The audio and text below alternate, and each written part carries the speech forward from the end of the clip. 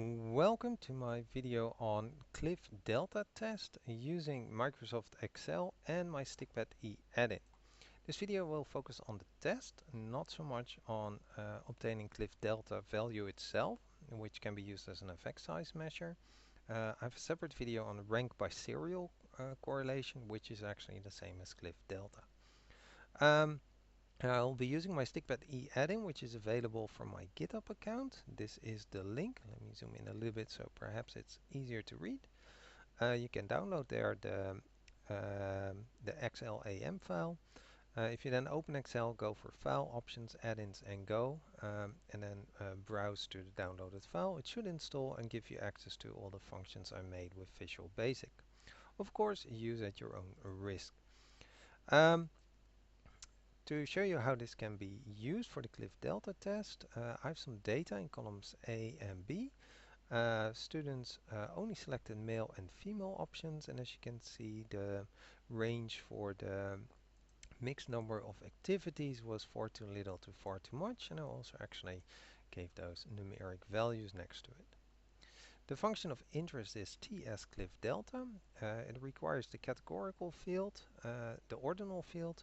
You can then select, if you have more than two categories, which two categories it should actually use. The levels, I'll be using that for this one. And then you can actually choose which variance variation you want to use, unbiased or consistent. Which test version, Cliff, Flickner, Policello, or Brunner, Munsel, or the abbreviation version of that, FP and BM. And if you want to use, if you want to round the degrees of freedom or not. Actually, for Excel, it doesn't usually matter much because Excel always rounds degrees of freedom for a t distribution. Let me just show you how this works. So in here, I actually put the function name. I selected my categorical data, I selected my numerical data. I didn't have to specify the categories, but I did have to specify, as mentioned earlier, the order of the categories.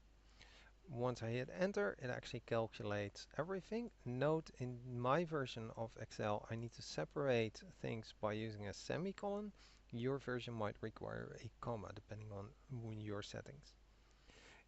It shows the variance, the cliff delta value itself, the test statistic, the degrees of freedom, and probably most important, the p-value. This is e minus 0.6, which means that we have to divide this 7 by 10 to the power of 6, which is extremely low.